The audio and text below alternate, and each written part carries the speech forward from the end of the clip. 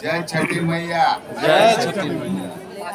यहाँ आए हुए सब उत्तर भारत की सब भाइयों और बहनों को मेरी शिंदे परिवार की तरफ से और इस ओझर गांव की सब लोगों की तरफ से इस छठ पूजा की आपकी शुभकामनाएं देता हूँ। और कुछ दिन पहले ही बीती हुई दिवाली की भी आपको शुभकामनाएं देता हूँ।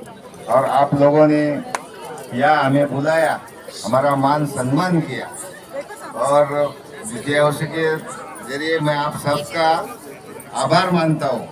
और इस विमान नगर और प्रसाद पार्क के लिए जो काम आपने बोले थे यहाँ के वासियों ने, वो सब काम मंजूर हुए और 2-3 दिन के अंदर वो सब काम चालू होने वाले।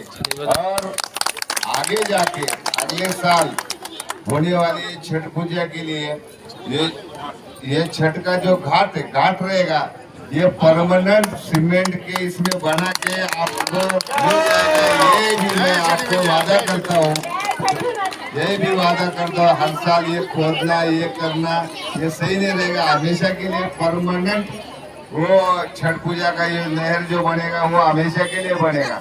और आपके कल्चरल प्रोग्राम के लिए एक सभा मंडप भी इधर मंजूर किया है और पेवर ब्लॉक का भी काम चालू है, रोड का भी काम चल रहा है। अगले साल जो प्रोग्राम होएगा ये स्कूल में लेने के बजाय सामने प्योर ब्लॉक का तो अभी कल परसों ही चालू होगा, रोड का भी चालू होगा।